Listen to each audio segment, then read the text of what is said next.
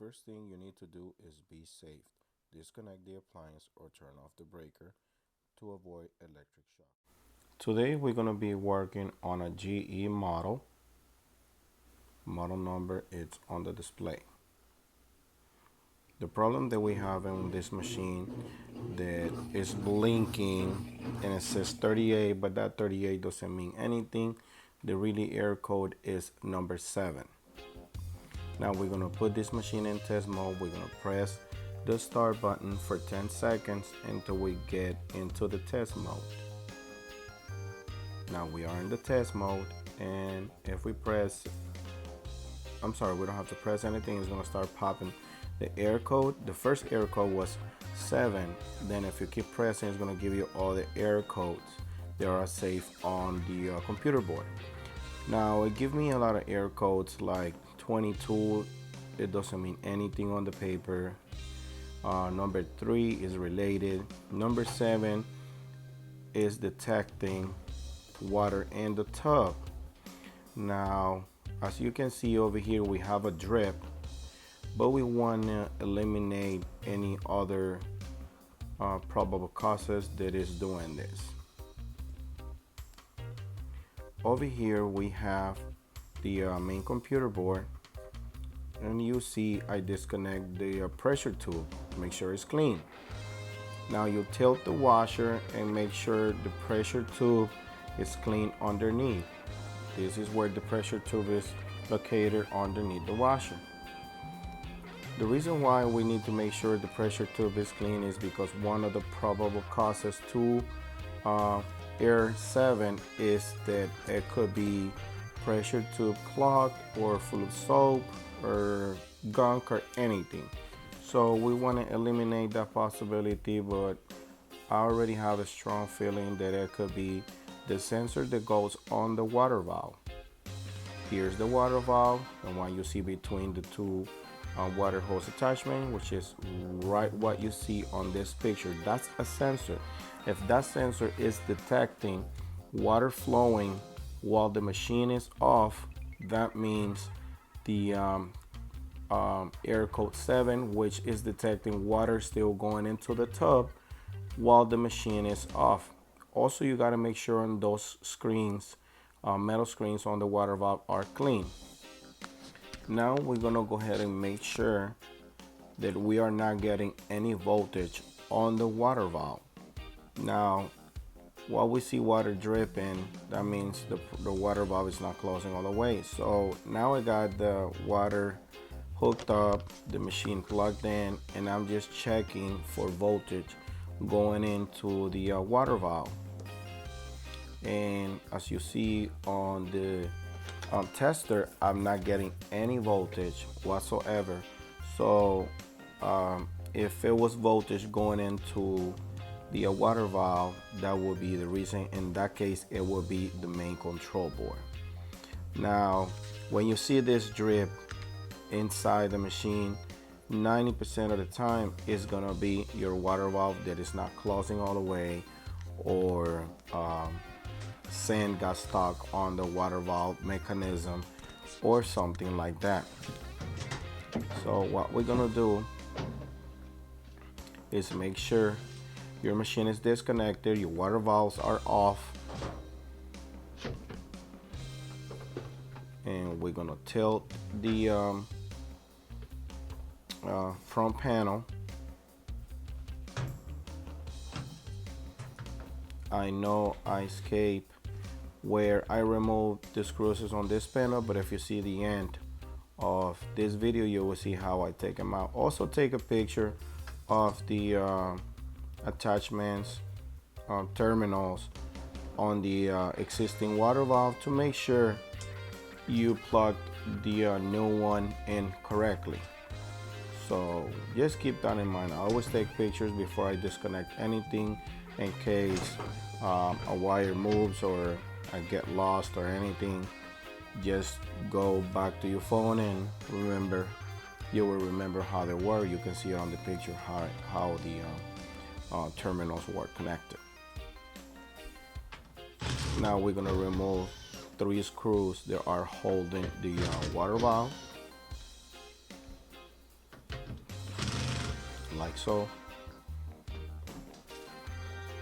And we're gonna go ahead and just move it back and forth into where it comes out. As you see, it has 4 water valves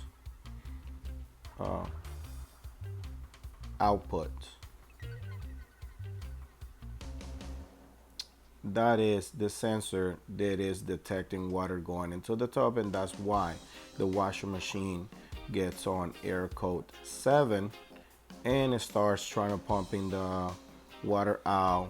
Basically, the customer said the machine came on like at 3 o'clock in the morning and it was on for hours. This is the new part. As you can see on the display, you can see the part number. And we're gonna go ahead and proceed to install the new water valve.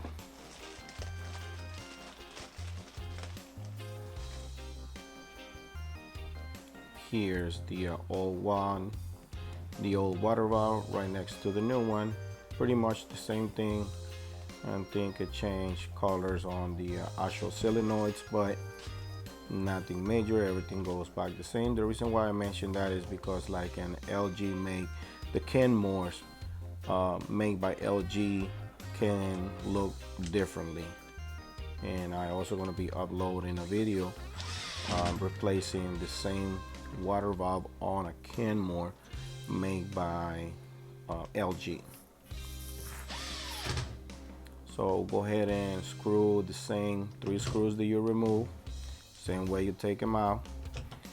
These screws are the one are holding the pump in place to avoid the pump to come loose and start leaking water. So just make sure you tie those screws really good.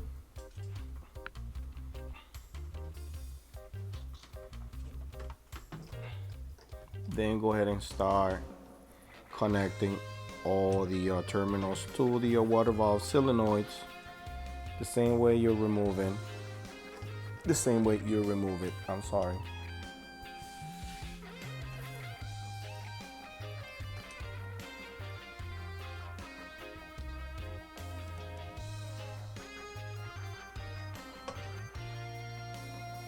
Just try to dry out any water that's spilled when you remove the old water valve to avoid any shortage on the board.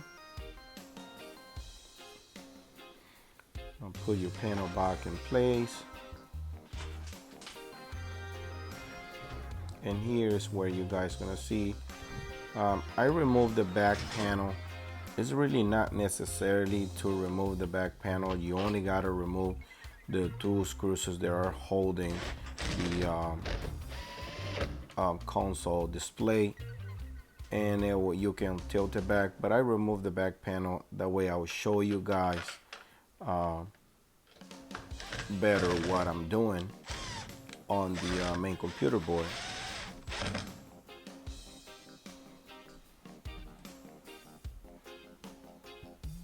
This is the panel that I was talking about. You not necessarily have to remove it. You only remove the 2 screws. They are right on the left and right side of the plastic panel. But I also removed this metal panel just to have a better view on the board, because the paperwork was suggesting to check the pressure tube on the actual board and make sure it wasn't clogged. So I decided to remove it. You don't really have to remove this piece. If you want to work better and have a better perspective view on the computer board, then you can remove it. It's about 4 or 5 screws on the metal panel and the 2 screws on the left hand side plastic display panel.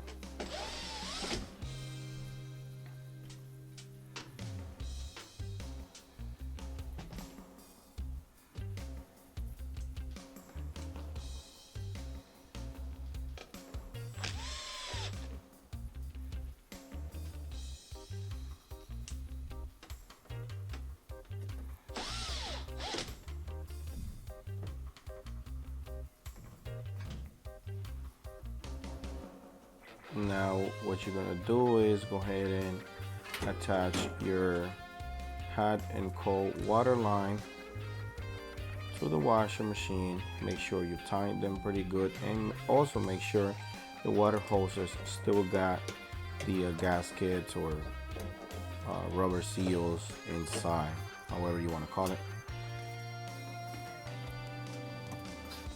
Now go ahead and open your water valves. Go ahead and set the washer in place, and go ahead and plug your washer.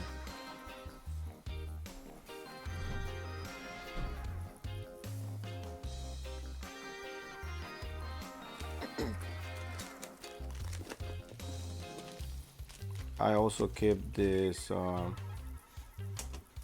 zip tight just to make sure the drain line is secure, because this drain line hose depends on how far away it's in the drain pipe. It can come loose and it can create a water damage all over the laundromat. Now we're just gonna go ahead and test it out, make sure our job has been a success. And as you see, it's filling in. Water is doing what it's supposed to. And on the display, if you read right, it says sensing, which that's what it's doing. We have water coming in into the tub.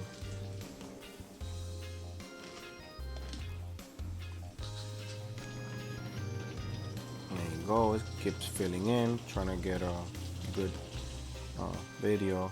That way you guys see there is actually water coming in.